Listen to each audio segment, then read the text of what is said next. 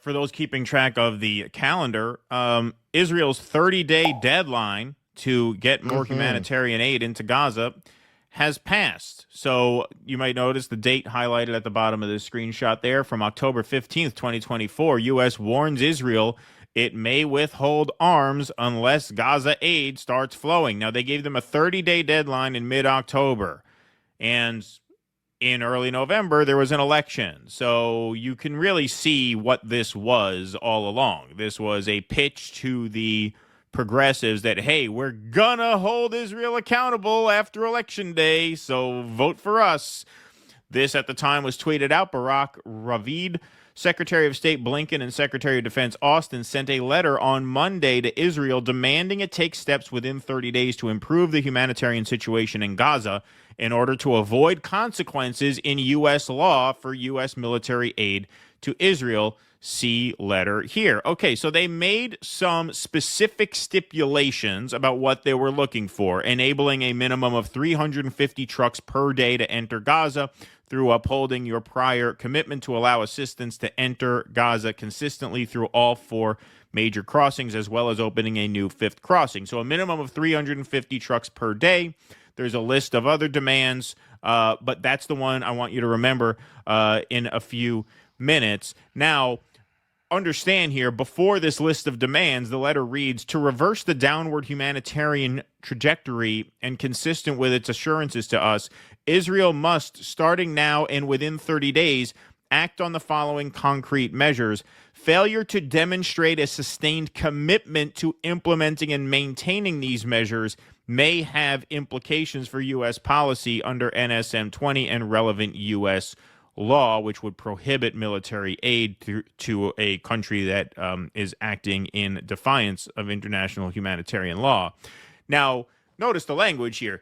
Failure to demonstrate a sustained commitment to implementing and maintaining these measures. Doesn't say failure to perform these measures to their completion. Failure to demonstrate a commitment to maintaining these measures. They're giving them some wiggle room, as we'll see, for good reason. So here are obviously some more points that they want them to work on. You know, some notes here. And isolation of northern Gaza, point number 3, by reaffirming that there will be no Israeli government policy of forced evacuation of civilians from northern to southern Gaza, ensuring humanitarian organizations have continuous access to northern Gaza through northern crossings and from southern Gaza. Well, what did we just see? We just covered a few days ago that they're not going to let people back into northern Gaza now. So they're in violation of that. And what do you think happened as a result of this? We have 8 humanitarian aid groups issue findings that since the deadline has passed, Israel has failed to meet those criteria as outlined in that letter. Here's CNN did a little segment on this. Morning, President Biden is meeting with Israeli President Herzog at another critical point in the war against Hamas in Gaza. Today is the deadline that the Biden administration had set for the Israeli government to significantly increase the amount of aid reaching Gaza. In a joint statement, 8 humanitarian aid organizations say that the Israeli government has not only failed to do that, but also, quote, to take actions that dramatically worsened the situation on the ground. CNN's Kylie Atwood is live in Washington with the very latest. And Kylie, if today is the deadline, what happens now? It's a great question, Kate, and it's one that we are waiting to hear from the Biden administration. As you said, this is an assessment that 8 humanitarian and aid organizations did because this letter was a public letter. It was from the Secretary of State, the Secretary of Defense to their Israeli counterparts, making these demands, more than a dozen very clear demands about what Israel had to do in terms of taking steps to allow more humanitarian support into Gaza. Now, what these aid organizations are saying is that based on what the United States laid out, their assessment is effectively that Israel failed this test, that they did not live up to the demands that the U.S. was making. On all of the demands that the U.S. made, they said that they failed to meet the criteria, and on none of them did they see full or significant progress from Israel. As you said, across the board, these aid organizations felt that Israel actually made the humanitarian situation in northern Gaza Gaza over the last month worse than it became better. And so what we're waiting for now is what the U.S. government is going to say about this. So in this letter that the two secretaries penned about 30 days ago today to the Israelis, what they said is that failure to actually demonstrate commitment on these measures, to actually implementing progress on these measures, could mean that the U.S. policy would be impacted when it comes to U.S. policy with regard to U.S. military assistance for Israel. So the key question here is, will the Biden administration be willing, based on their assessment, if Israel hasn't lived up to these commitments, to make some changes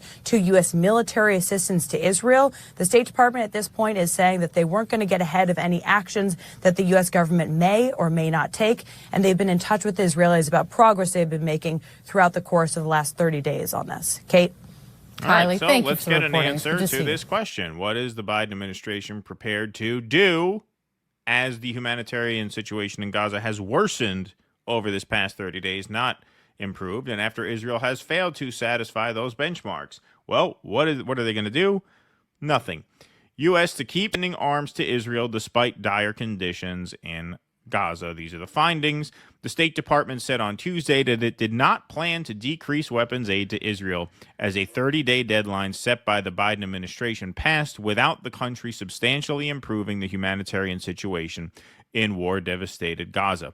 Secretary of State Anthony Blinken and Defense Secretary Lloyd Austin had warned in a letter dated October 13th that the United States would reassess its military aid to Israel if it failed to increase the amount of aid allowed to enter Gaza within 30 days. Again, that is not stellar reporting by the old gray lady there, because they had specific benchmarks that they were supposed to hit. It's not just this, this vague thing where, oh, you have to increase the amount of aid. 350 trucks per day. That's going to come up later. That's just one of a long list of things. Not isolating the North, which of course they have done. They very famously isolated the North. They wouldn't even let reporters into northern Gaza to report on what was going on. Okay. The letter said that the humanitarian situation for the 2 million residents of Gaza was increasingly dire, and that the amount of aid entering Gaza had fallen by 50% since April. By law, the U.S. government cannot give aid to foreign military forces deemed by the State Department to be committing gross violations of human rights. UN officials have said Israel's continued blocking of humanitarian aid and targeting of humanitarian workers constitute violations of international law and could amount to war crimes. So we're going to play some State Department video here in just a second, but I just do want to take a pause. When we were on the Post-Duopoly show, Nick said that it would really be a stain on humanity if Kamala wins this election, given what's happening now. And that's what I thought when I read this. Imagine if they had won the election. Let's just say in a parallel universe, in an alternate universe where Arab and Muslim voters in Michigan were actually really won over by this boondoggle of, we're going to give them 30 days to increase aid. Imagine they had won the election. Imagine that progressives had rallied around them and voted for them based on this promise. And then 10 days after the election, they say, well, our findings are in. Turns out they're doing a bang-up job, so we're going to keep the weapons going. Like, these are just it is just the most vile, despicable administration easily since George W. Bush. In a way, worse. I never thought I would say that about an administration, but in a way, it's worse. Yeah. Now, look, George Bush would have done the same thing had circumstances been this, right? Sure. But in a way, this is worse. This is just the deliberate shooting of fish in a barrel. With Iraq, you could say they were totally indifferent to the suffering that operation would visit upon Iraqi civilians. But this wasn't a sustained and deliberate effort to murder as many civilians as possible or displace as many civilians as possible. That wasn't the point. That wasn't the express stated goal of They just war. did not care about the collateral damage. They just didn't care if it happened or not. This is intentional. This is malice. This is pure, unadulterated evil. And look at what they tried to do. They tried to trick people into voting for them based on this bullshit plan of we're going to increase aid. We're going to stop weapons if they don't increase aid in 30 days. They had no intention of doing it ever, obviously. Right. Yeah, and what's really interesting is they lost. So there's not even really a political angle. That is how owned they are. If they really had that principle but thought the having AIPAC coming after them was too dangerous. Well, you lost now. Yep. Well, now they're stuck and eating shit. They still won't do it. Exactly. Now they're stuck eating shit, and boy, are they going to eat a lot of shit. Here is the press conference with the State Department here. Our friend, our favorite man in the world here, Matt Lee. He should run for president. Matt Lee should fucking run for president. Who wouldn't vote for Matt Lee? I'd vote for him. Who wouldn't vote for that guy? You can't not vote. Tell me the working man. Tell me the average person's not going to vote for Matt Lee. Of course, they would love this fucking guy. He stumbled out of a newspaper drama from 1976, directed by Coppola. Yeah, exactly. That's exactly what it looks like. Yeah. All right, here he is. You guys yourself set this 30-day deadline. Today is the deadline. Did they meet it, or did they not? So I think first, when it comes to assessing the humanitarian situation in Gaza and the region writ large, I think it's important to remember that we have constant evaluations ongoing and constant assessments ongoing about the circumstances. And first, let me just say, specifically, before I answer your question, that we've seen some steps being taken over the past 30 days. Specifically, we have seen the reopening of the Erez crossing. We have seen a new crossing at Kisufim open. As it relates to the Jordanian Armed Forces corridor, we have seen a wave of a waivement of certain customs requirement that humanitarian organizations had previously said was an obstacle. We've also seen some additional delivery routes open within Gaza, including Bani Suhelia Road, expanding the use of the Israeli fence road, as well as repairing the coastal road. We've also seen some deliveries resume and restored in the north, first to Gaza City, and in this most recent week to areas surrounding Jabalia. We've also seen the expansion of the Musavi humanitarian zone, and we have seen the institution of periodic operational pauses. This is all to say, Matt, we at this time have not made an assessment that that the Israelis are in violation of U.S. law. But most importantly, we are going to continue to watch how these steps that they've taken, how they are being implemented, how that they can be continued to be expanded on. And through that, we're going to continue to assess their compliance with U.S. law. We've seen some progress being made. We would like to see some more changes happen. We believe that had it not been for U.S. intervention, these changes may not have ever taken place. But most importantly, we want to see continued progress. And that's what we're looking for. All right. Okay, so I just want to pause real quick because that whole list of things he just rattled off, this is where that language in the letter becomes important. And this is what gave it away as a bullshit ploy from day one. Failure to demonstrate a sustained commitment to implementing and maintaining these measures. Not failure to implement these measures, failure to demonstrate an effort. Yeah. So that's what he's outlining here. They're making an effort. And the second point, because he says this a lot throughout the exchange, I don't know if I clipped a second instance of it, because I did kind of a supercut of different moments. But we're going to continue to monitor this. Keep in mind, they're out of power in 8 weeks. So, we're going to stay on this. You're not going to stay on this much longer. You're just running out the clock until you can leave and the new team comes in, and that's that. We're going to stay on it. We're going to stay on it. It's been happening over a year. You just lost the election, so now you're not going to be on this past mid-January. Then it's the new team comes into town. Essentially, there isn't going to be any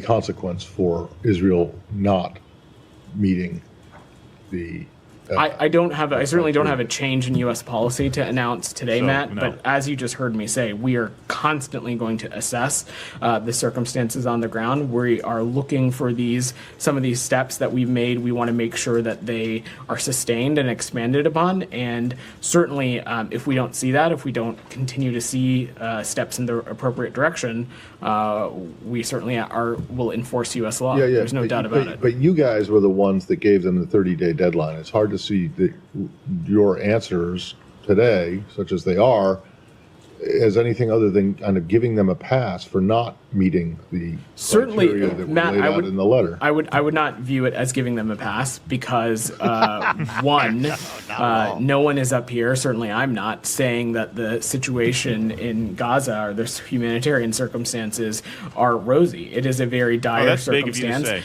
and what we need to see is these steps acted on. We need to see them implemented, and the ultimate hope is that through these steps, some conditions have been created in which we can see things like additional aid, additional food trucks, additional measures being taken that ultimately will be beneficial to the Palestinian people in Gaza. Okay, so that's part one. So now you get the general line of bullshit, which is that, hey, in the letter we said they needed some effort, and we've determined that they are making an effort, and so there's going to be no change in policy since they are making said effort. Now he gets grilled on specifics, which is why I want to draw your attention to this minimum of 350 trucks per day. And now I want you to think, according to that standard, given what you're about to hear, can you reasonably construe their effort as being sufficient to avoid penalization according to what the letter originally threatened? So here we go. Now there's a bit of a dog pile. If they are not in violation, so from November 1st to November 9th, there was 404 trucks come in, right? It's like 45 to 44 trucks a day. For the first week and a half of November, a total of 404 trucks came in over the course of 9 days. Now, the minimum is supposed to be 350 per day. So they barely cracked, 10%? If my math is right, somewhere around 10% of the requirement according to the letter. Now, once again, the letter did not require 350 trucks per day. It required a serious commitment, an effort. So is that an effort? Is 10% of the goal, does that constitute a serious effort? When you in school did a math test, if you got a 10 on the test out of 100, did the teacher write on the thing, "Good effort, Jimmy"? No, that's not an effort. I mean, nowadays they might. Nowadays they might. Yes. But yeah, so that's the number. This is way beyond, as Tom said, Absolutely. Way beyond 350. Why it's not 350? According to your assessment. So listen to this. Again, I don't want us to go down a rabbit hole of specific truck numbers. What our point of view is that some of these operational changes that they have made, that I have outlined in great detail now at this point, we believe that it should be possible to increase the number of trucks that makes it into Gaza every day. It is now incumbent upon the government of Israel, the United Nations, and others, now that there are these operational changes that we think can help with throughput, can help with delivery within Gaza, that can help with getting the aid where it needs to go. Our hope is that with those changes, we can see that number achieved. Before you move to Lebanon, can I just ask you, why did you bother to put in 350 trucks a day if it doesn't matter? I'm not going to speak to the... I mean, you keep saying you're not going to speak to specific metrics, but you guys are the ones that made those specific. We didn't. We didn't give the Israelis 30 days to do all this stuff. You guys did. And now those 30 days are up. And as you've heard from everyone so far, and these aid groups that came out last night, they haven't met them. And all of a sudden you say that the metrics that you put out don't matter. Exactly. The number of 350 was the State Department's number. So now you're going to say that you're going down a rabbit hole by citing what? Our own figures? That's going down a rabbit hole? It's not going down a rabbit hole. You're the one who said 350. What the hell are you talking about, rabbit hole? And he points that out. Scum of the earth. This guy's great. I love everything about this guy. You know, I tell the MAGA people that they're a little gay for Trump. All right, you can have it. I'm a little gay for Matt Lee, if I'm being honest. I love everything about this guy. I even like the dress. I like the pink shirt and the green jacket. You know, I think they should like bring everything back about the Night Stalker series and cast him in the lead. Yeah, everything about this guy just works. The big pin, the glasses, the scruffy voice, the notepad. He doesn't have his notepad now. I guess he has the numbers in his head ready to go. But yeah, great point. Hey, you're rabbit hole. He seems like the kind of guy who would be gentle with you, Keaton. Yeah, right, exactly. Yeah. I never said that they don't matter. What I said was... You said rabbit hole. I mean, these are metrics exactly like you've put out. It's not a rabbit hole. Meaning I don't want to take up time getting into a specific tit for tat on, like, truck numbers. Well, then why did you let them in the letter? You can't take Those time. metrics, It's really important. the metrics and the number of, let me just be very clear. The metrics and the number of trucks getting into Gaza every day absolutely matter. Well, you just said they didn't. Right. I mean, you just said they didn't matter enough to determine whether we give them weapons. Hole. Right. You said it was a rabbit hole. Yeah. Right. Yeah. No, he Crazy just gets stuff. Crazy. He gets, pretty bodied here. It is. I said that to him because I did not want to get into a specific technical conversation on inflows and outflows. I don't have more updated numbers for you beyond the ones what I said. If you're not prepared for a technical conversation, then why did you lay out that criteria in the letter? Yeah. The answer is because it was all bullshit. Well, it was it's all nonsense, bullshit to try and trick progressives and Arabs into voting for you. And it didn't work. Now you stand up here a fucking loser who's going to be out on your ass in 60 days having to justify this bullshit story that you told in the most transparently cynical way.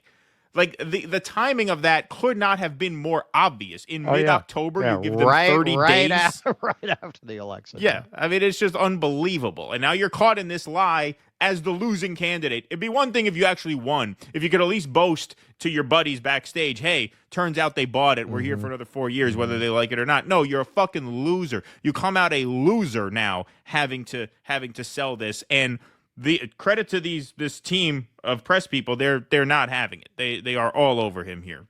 Matt, the metrics absolutely matter. The point that we are making, the two broad points that we made, is that one, on specific truck numbers, we think these operational changes that we've made can help get us to that goal. You're at 10% of the goal. The second point is that all of these steps, and even the steps that have yet to be taken, and even the steps that maybe were not even laid out in the letter, the point is not about specific steps. It is about what the totality of their contribution is to the humanitarian situation in Gaza. That's the totality of the humanitarian situation in Gaza is that it's worse. If you want to talk about totality, the aid groups just said, we just showed you on CNN, the aid groups are saying they're worse shape now than they were when you sent the letter. So any way you look at it, according to your own criteria, they should be subject to an arms embargo right now. But they're not, because you never meant it. You never meant it in the first place. Yep. No, this is the kind of gobbledygook that him and Count Morlock have been talking throughout. Yep. And it's very much, who's the new nominee who said we should be learning from the Israelis? Oh, Hegseth. The defense secretary, this is very, we learned from the Israelis. This is very Israeli. Oh, yeah, we shot a bunch of journalists. We're looking into it. Yeah, exactly. We're looking into it. Yes, we have rule of law here. We're investigating. We'll get back to you in 7 years. Well, they get into that too. We're focused on. Just one more thing. When you said we're going to continue to make those assessments. This is to your point. Can you point us to one assessment on any kind of IHL violation that the administration has done since the beginning of Gaza war?